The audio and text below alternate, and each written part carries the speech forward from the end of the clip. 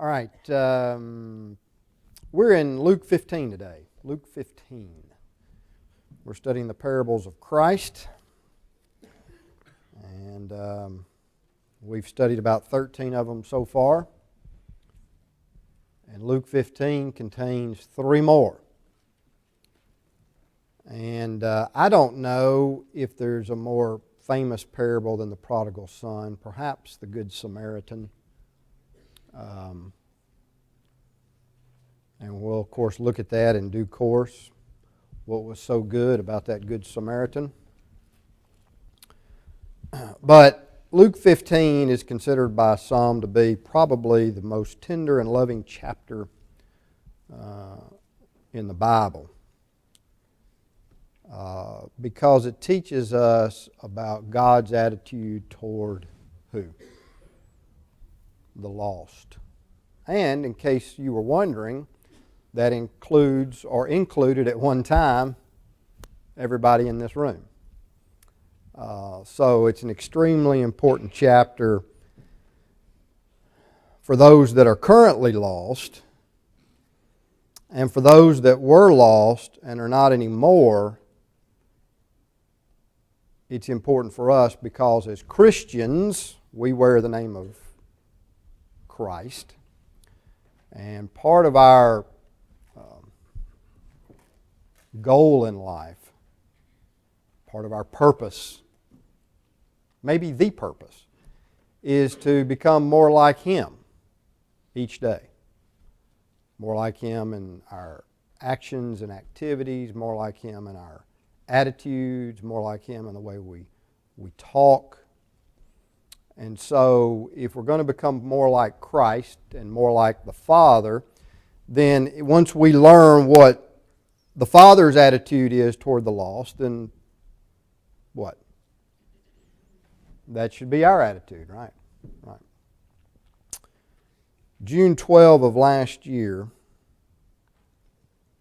a guy by the name of Omar Mateen killed 49 people and injured 53 at the Pulse nightclub in Orlando, Florida.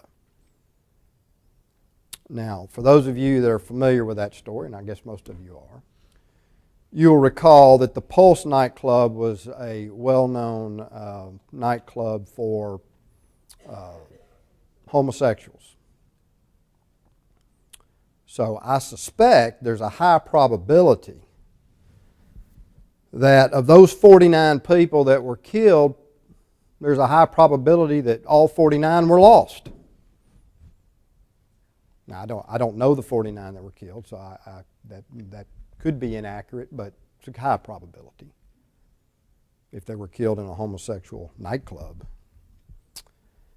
And there were 2 extreme reactions, probably for those of you that are on social media. I'm not on social media. I only know what I hear from my wife or children or somebody else. But on the one hand, you probably saw some that said, well, they got what they deserved. All right. And then on the other hand, you probably heard some that said, oh, that's so terrible, we need to accept these people the way they are. Those are the 2 extremes. They got what they deserved, we should accept them the way they are. And both of those attitudes came from people who identify themselves as Christians. Now, I'm using quotation marks. Christendom, if you will, that broader term for anybody that claims some allegiance to Christ or in some religious group that does. And those were the 2 extreme opinions. So, the question I would ask, and that's the question that we want to answer and that we'll come back to, is either one of those the correct attitude? And if not, what is the correct attitude toward the lost? Because after all, I realize that they were homosexuals, but again, it's broader than that. The question is, what is our attitude not just toward them, but toward sinners in general? And so that's what this chapter discusses. Now, let's go to Luke chapter 15. And Jesus has been talking about the necessity of total commitment. That's not a bad word, total commitment. If you go into verse 25 of chapter 14, you have to do what? You have to put Him first, right? Be willing to leave or love less father and mother and so forth. Count the cost, He says. And it's interesting throughout Jesus' ministry, because of His attitude toward people, He was constantly sought out and sought after by what kind of people?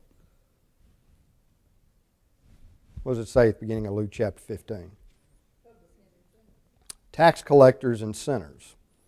Publican is a more modern translation, would be tax collector. Now, let's read those first couple of verses. Then all the tax collectors and the sinners drew near to Him to hear Him. And the Pharisees and scribes complained or grumbled, and perhaps even out loud, saying, "This man receives or welcomes sinners and eats with them." Well, first of all, what was the big deal about being a tax collector? Yeah, but why were they hated so much? Well, they maybe sometimes. Yeah, they were traitors, right? Because when we talk about tax collectors in the New Testament, we're talking about Jews who worked for the Romans. And so therefore were collecting taxes from their own people to give to the Romans who had subjugated them. And of course they hated the Romans, and therefore really to be a tax collector you were worse than a Roman because you were a traitor to your own people. And of course many times too they were dishonest and extorted money and took more than they should have, because that's how they got paid. They got paid on a percentage of what they collected. In other words, Rome said, and there were different levels of tax collectors. Like you might be a tax collector over this small area, and then you put a bunch of those areas together, and there was a guy on top of him and so forth, just like any governmental hierarchy or corporation, until you get to Rome. And Rome would say what? We expect this amount of money from Idumea, or we expect this amount of taxes to come from Judea, or we expect this amount of money to come from Galilee or Syria or whatever. And so if Rome says this is what we want, then the tax collector is going to collect that plus what? Whatever he can. Right. So yeah, they were despised and hated. I don't know.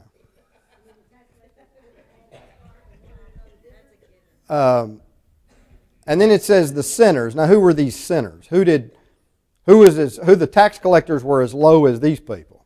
So, who were these sinners? And keep in mind, this is the view of who? Yeah, the religious leaders of Jesus' day. And so, who were these sinners that were considered to be so low? Yeah, the very moral dregs of society, prostitutes and others like that. And so these were the people that the Pharisees and the scribes, the Jewish leaders, were grumbling or complaining about. And it's interesting, these words that are used in these first 2 or 3 verses, most of them are, the tense of the verbs indicates that this was Jesus' normal course of conduct or habit. In other words, the sinners drew near. That is, they were continuing to draw near and follow Jesus. This man, and their complaint was, this man receives or welcomes sinners. This is his normal course of conduct. It's not just this one time. This is his practice. This is what he does. Huh? Yeah. And he eats with them. This is something he does on a regular basis. And so they're grumbling about that because, after all, as good religious Jewish leaders, what was their... and actually the law said what? To a certain extent, you're to keep yourself separate and holy And yet they took that to an extreme such that it affected their attitude toward these people. But I mean, they did not believe that he was the Messiah. They just thought he was a good teacher. Who are you talking about? Scribes of the Pharisees. No, they didn't think he was a good teacher. They hated everything about him. They hated the very ground he walked on because of his popularity with these kinds of people. People knew he was genuine and they loved him. And so... No, I didn't say him. I said they were. They kept themselves totally separate from these people. But the problem was it wasn't a matter of obeying the law to say we're going to separate ourselves from this kind of activity. They also carried with them this air of what? Superiority. We're up here and they're down there. So it's not just an action of separation from these people's activities and sin, but it's the way they looked at these people. I mean, I don't go and you don't frequent nightclubs, I hope, okay? But I hope I also don't look down on people necessarily they do as somehow that their intrinsic value, I may not like what they do and I may not like their behavior. But that's different from saying they are intrinsically worth less. And certainly for me to think that they're worth less to God than I am, that's what all these parables are about right here.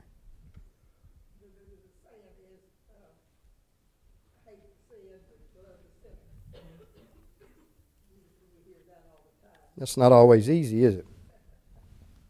So he spoke this parable to them, saying, what man, this is a rhetorical question, of course. What man of you, makes it personal too, having 100 sheep, if he loses one of them, does not leave the 99 in the wilderness and go after the one which is lost until he finds it. And when he has found it, he lays it on his shoulders, rejoicing. And when he comes home, he calls together his friends and neighbors, saying to them, rejoice with me, for I have found my sheep which was lost. I say to you that likewise there will be more joy in heaven over one sinner who repents than over 99 just persons who need no repentance. Turn over to Matthew chapter 18. He teaches a similar parable in a different context. And really, as with most things, and certainly when it comes to the Bible, context is extremely important. Look down about verse 10. That gives us the context. Take heed that you don't despise one of these little ones. Notice verse 11. The Son of Man has come to save that which was lost. What do you think? If a man has 100 sheep, and one of them, notice that terminology, goes astray, does he not leave the 99 and go to the mountains to seek the one that is straying? And if he should find it, assuredly I say to you, he rejoices more over that sheep than over the 99 that did not go astray. Even so, it is not the will of your Father who is in heaven that one of these little ones should perish. So a little bit of a different context, talking about the simplistic and childlike faith of believers there. But still very similar. And tells us a little bit more about shepherding and sheep. Now, God's people, or people in general, are referred to a lot in the Bible as sheep. And I don't know that that's a compliment, per se. I mean, let's think about sheep. Now, the Palestinian sheep was what's called today the broad-tailed sheep. And these sheep were extremely valuable. Now, keep that in mind as you go through these parables, too, about the value involved in these objects, or persons, or animals. So we've got to the Jews during this time, this sheep, these kinds of sheep represented their chief source of wealth, sole means of livelihood. They provided what? Food, milk, clothing, and then really more importantly, most important of all, what? Sacrifices, yeah, sacrifices. Worship. So extremely valuable to the people that day. But by their nature, and unfortunately by our nature, sheep are, well, I'm not going to call us stupid. But by nature, they are wayward and defenseless. If a bear or a lion or wolf, as David would talk about, gets after a sheep, I mean, it's an easy contest. And he not only can't defend himself from a fighting perspective, but he can't outrun those particular animals either. So, a lot of animals have different kinds of defense mechanisms. They may be able to fight, but if they can't fight, they may be able to run faster than the one chasing them. They might be able to. Some of them can actually blend into their environment where you can't see them. God has given animals all kinds of defense mechanisms. I'm not sure that a sheep has any. So, except what? The shepherd. That's right. That was bad. Huh? Mosier joke. Something about unless they pull the sheep over their eyes. Oh, the wool over their eyes. Yeah. All right, let's move on. So, they require constant supervision. Didn't I just say that? I said they were wayward. Naturally wayward. That means they stray easily. You have Wikipedia? Okay, so notice this sheep then wanders off. He goes astray, as the other parable says. And so the shepherd leaves the 99. Now don't miss the point. Some people think, oh, what's he leaving those 99 for?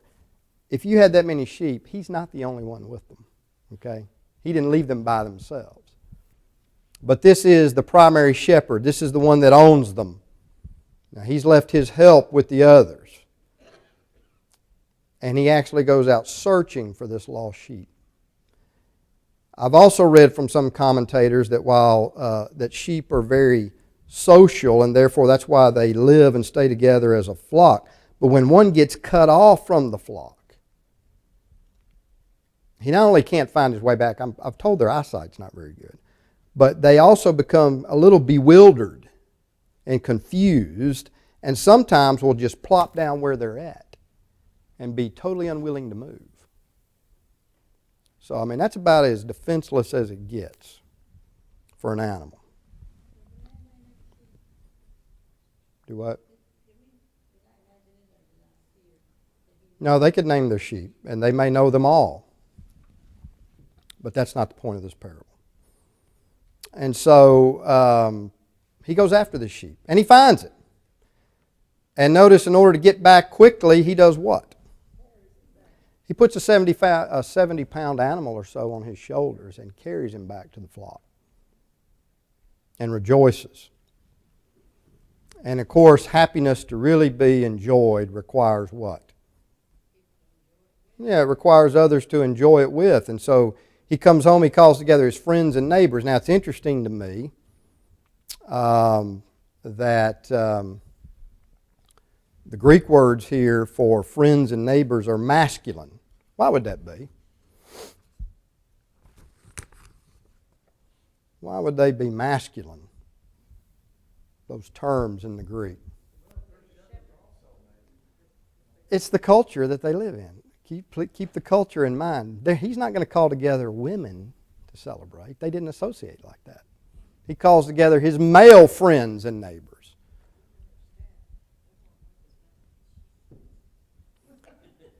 You're getting way off the field. That's not the point of this parable. But we will make a point about men and women here in a minute. But he calls his male friends together and his neighbors in order to celebrate. Well, let's move on. I want to look at both of these first two together. Or what woman? It's interesting to me that Christ always, and the gospel has always upheld the value of women, unlike what you just said. It is the general feeling of the women's lib group that the Bible somehow suppresses women, which is just the opposite of that day. If they want to know about suppression, they should have lived in the first century as a woman. Because to the Romans and the Greeks, they were property. But not to Christ, and certainly not to Paul, who's called a male chauvinist by many in our modern day. Paul said there is neither what? Male nor female. Right? Bond or free. All men have intrinsic value before the Father. Now that doesn't mean we don't have different roles to play. But that's true in every area of life. But as far as our value is concerned, nothing did more in this world to uplift and bring up the value of women than the gospel did. And here's Jesus. He gives a parable talking about a male shepherd celebrating with his male friends and rejoicing over the finding of this sheep. And then he moves to a parable which mentions a woman. What woman, having 10 silver coins, or drachmas, which is the Greek coin similar in value to the Roman denarius, which you know to be worth about 18 to 20 cents of our modern money, and which also represented what? A day's wage during that time. If she loses one coin, does not light a lamp, and by the way, that's the correct term there, lamp, where you see candle in your Bible. You know they didn't have candles in the first century. But they did have lamps, oil-burning lamps. Light a lamp, sweep the house, and search carefully until she finds it. Now, why would that be so difficult? If I drop a coin on my floor at home, I don't have too much problem finding it. I mean, it's just laying right there, right? Yeah, first of all, especially for the poor in the first century, usually their homes did not have windows. Now they might have a few blocks or something missing near the top, maybe for ventilation, maybe. But by and large, the only opening to that home was what? The door. So it didn't matter if it was in the daytime or not, it was going to be dark in there, unless you did what? You'd light a lamp. And they had dirt floors. They didn't have concrete, wood, anything, tile, whatever. It was dirt and usually covered maybe in some, some kind of rushes or straw or something. So you've got a dirt floor covered with all this other stuff. It's easy to lose a coin, you can imagine. And in the dark. Now, what was so important about this coin? I don't know. Money, obviously, in and of itself is valuable. But when you study these parables and you read various commentators, most of them believe that this coin was actually part of a necklace or headdress that was worn by married women in the first century that indicated they were married. And it consisted of 10 of these coins. So, if that's the case, if this coin came loose from this particular married woman's headdress or necklace that indicated her that she was married, you can understand her concern. Because it would be like a woman today losing what? Yeah, you drop your wedding ring or your engagement ring or whatever it is, and you lose it somewhere. Do women get frantic about that? Absolutely. Well, you might. If that's what it represented, it would still be worth something fine. It'd be worth finding, that's for sure. But if it is, in fact, that part of her, it really has more than just monetary value. It has what? It has sentimental value, right. Sentimental value. And so, it's important to her that she finds it. So, when she finds it, what? Same result. She calls her what? Feminine in the Greek, friends and neighbors, right? To rejoice with her. for I have found the peace which I lost. And so she gets together with her female friends and acquaintances to celebrate the find. Likewise, I say to you, there is joy in the presence of the angels of God over one sinner who repents. Are we getting a theme here so far? Now, first of all, we've seen a shepherd. And it's interesting, too, how men become lost. Now, for the sheep, he did what? Yeah, he just wandered off, went astray. And it's interesting to me, and I think when you read through the gospel accounts, you will see that Jesus doesn't, he does use the term sinners on occasion, but more often than not, he uses the term lost for people. In other words, an indication, it seems to me, are there people in this world who are openly defiant to the God of heaven and say, I don't want anything to do with you and I hate you? And oh, absolutely, there are those people. But by and large, I don't think that's the majority of people. And it doesn't appear to me the New Testament or that God depicts the majority of people as being that way. The majority of people are just what? They've just gone astray, wandered off, left the right path. And so that's what happened to this sheep. Men are lost in different ways. And the sheep wanders off and doesn't know how to get back home. But what about the coin? Now the coin's an inanimate object. So the coin didn't wander off.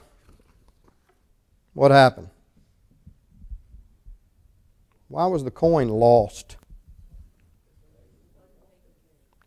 Yeah, somebody else lost it, right? Well, can people be lost because of other people? In a way. Now, ultimately, people are not exactly like coins, because a coin being an inanimate object is, he's not culpable for anything. He's just a coin, like an animal. But people can influence other people and approach other people in the wrong way, do something to offend other people and drive them away from the Lord. That's true. Now, ultimately, the person who's lost has to answer for himself. But still, we have to be careful in that way. Because sometimes people, because of the mistakes of other people, can go the wrong direction. And that's true too. Yeah, some people can be led in the wrong direction on purpose. It might not be that somebody did something that didn't really mean to. It could be some false teacher, like you said, leading people astray. And so again, there's some culpability on the part of both parties. But in both cases, regardless of how they were lost, the owner of the sheep, the owner of the coin, went seeking them. And then notice what happens. What is the result of that when they're found? Great what? Joy, rejoicing. And that teaches us God's attitude toward the lost. Jesus said his mission was to do what? Seek and save the lost. But those two parables are really building to the final one, which perhaps more than anything teaches us about the love of God for man and what he's willing to do and what man has to do. Does man have a responsibility in his own salvation? Now go back to the question I mentioned at the first. We've got people saying, well, they deserved it. Well, that sounds like the attitude of who? The scribes and Pharisees. Because of their activity. I mean, think about the woman taken in adultery. I mean, what was the scribes and Pharisees' attitude toward her? She's just somebody that would be make a good stoning participant. They could have cared less about her soul. And so, well, they deserved it. Now, we've got other people that say, well, we just need to accept people the way they are. They don't have to do anything for God to accept them. Well, is that what the parable of the lost boy teaches? The parable of the prodigal son. Then he said a certain man had 2 sons. And by the way, God doesn't just love the coin or the sheep that got away. Right? Yeah. Did the woman not care about the 9 coins that she still had on that headdress or that necklace? Absolutely. Did the shepherd not still care about the 99 that were safe? Absolutely. And the younger of them said to his father, Father, give me the portion of goods that falls to me. So he divided to them his livelihood. Literally, that could be translated, give me my portion of the estate. Let's pretend you're dead. I want my part. And of course, as the younger son, his part was what? According to the old law. Yeah, the oldest got what? A double portion. So if there's just 2 of them, how much does this guy get? He gets a third. Because the older is going to get a double portion. And not many days after, the younger son gathered all together. What does that mean, he gathered all together? Yeah, that expression in the Greek also probably means he turned into cash. He can't take, if his father gave him his portion of the estate in goods, he can't just pack that in a bag and run off to the far country. He's got to convert it into cash. So, he converts it and he journeys to a far country. And there wasted his possessions with prodigal or profligate or wasteful or spending, living. He squandered it. Hence the term prodigal son. And I don't know what he spent it on. Look, the bottom line is he may have had very good intentions when he left. I don't mean toward his father. He insulted his father. There's no question. To demand his portion while his father was still alive, he treated his father with great disrespect in that Oriental culture. But he may have thought when he got there, he was going to do something with that money. I might turn this into more money. I don't know what his plans were. But obviously when he got there, maybe he was influenced by the people he was hanging out with. I don't know. But he squanders his living. And later on, the older son makes a accusation that he did what? Wasted your money on what? We don't know if that's true or not. Okay? Maybe he did, but we don't know that. The older son had some sorry attitude. And he said a lot of things he shouldn't have said about both his father and his younger brother. But at any rate, he squanders it. And when he had spent all, there arose a severe famine in that land, and he began to be in want. Then he went and joined himself to a citizen of that country. Obviously, what kind of citizen? A Gentile. Now here, no self-respecting Jew is going to be found working for a Gentile doing what? Feeding swine, an unclean animal. He sends him into his fields to feed swine, and he would gladly have filled his stomach with the carob pods, or the pods of the carob tree, that the swine ate, and no one gave him anything. Obviously, the guy he was working for didn't even give him enough to satisfy his appetite on a daily basis. Now, here's an interesting phrase. But when he came to himself, he said, how many of my father's hired servants have bread enough and to spare, and I perish with hunger? Now that word hired servants, I had it somewhere, mistheos. The Greek word there means a day laborer.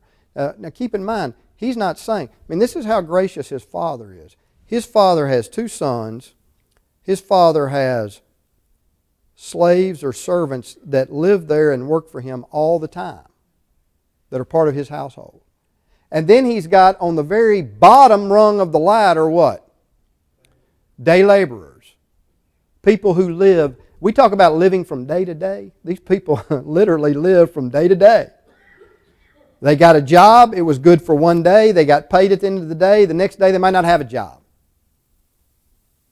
They just had to go out and find it again, find another one, try to go back to the same place. If he didn't need me today, I go somewhere else.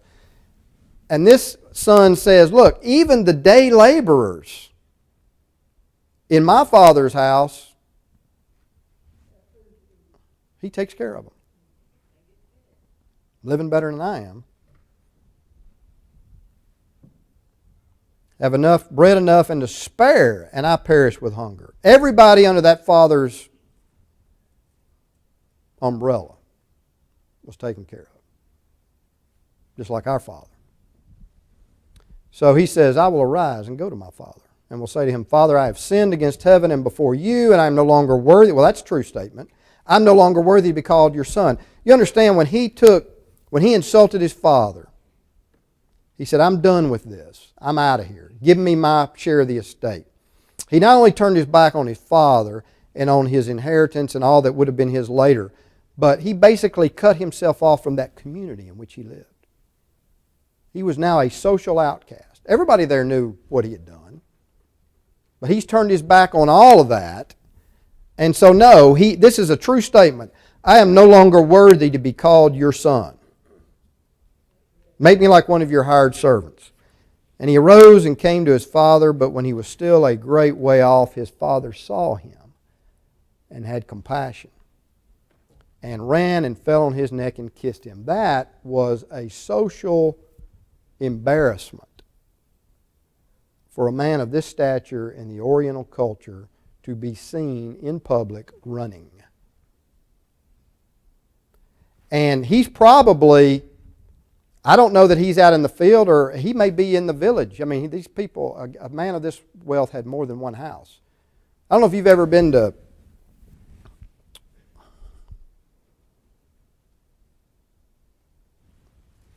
lost the name of the town.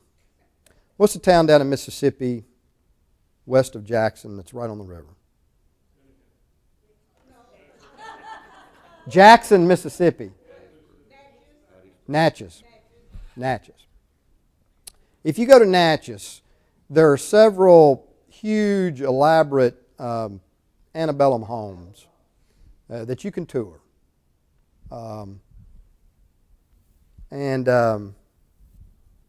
But here's the interesting thing about it. When you tour those homes, what you find out is those are just the city homes. I mean, they're huge. But for those plantation owners, that's where they lived when they were in town. Okay. Now they had a whole separate, another huge house and complex where?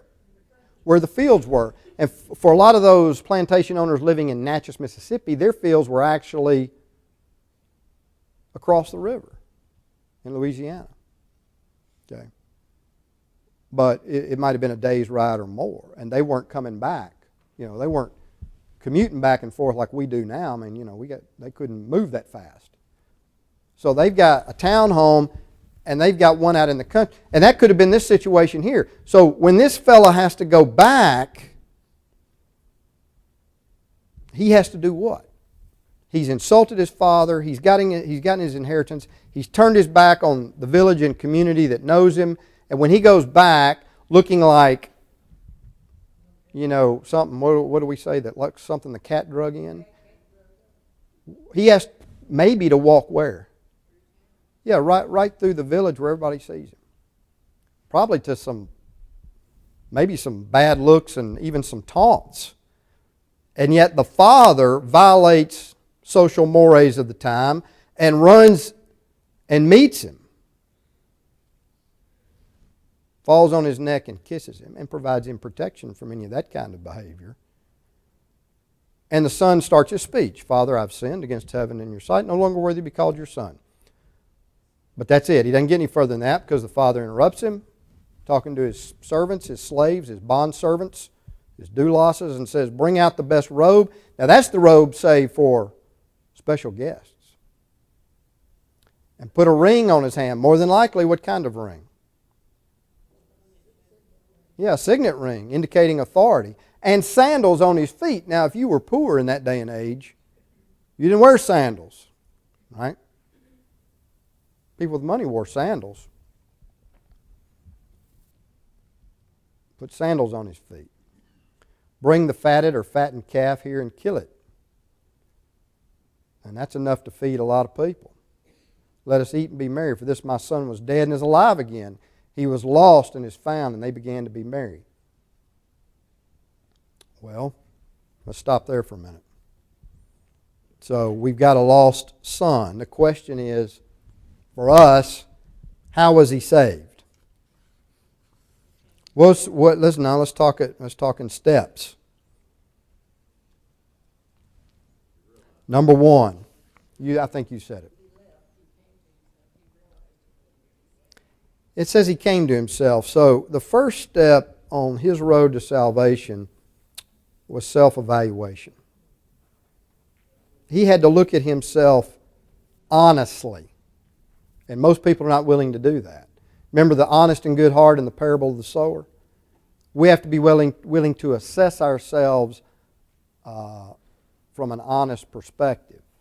And until we do that and are able to self-evaluate, we're not going to change. The fact of the matter is sometimes when you take a personal evangelism course like Fishers of Men or something like that, what's the first thing they tell you you have to do or has to happen on the part of someone that you are trying to reach? What do they have to understand first? Yeah, that they're lost.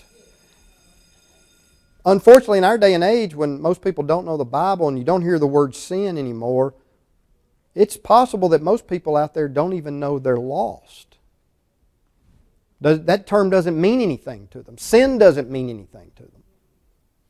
And so until a person understands he's lost and without God and without hope, the conversion process can't even get off the ground. So number one, there was self-evaluation. And number two, the bell is rung. So we'll pick up there next week.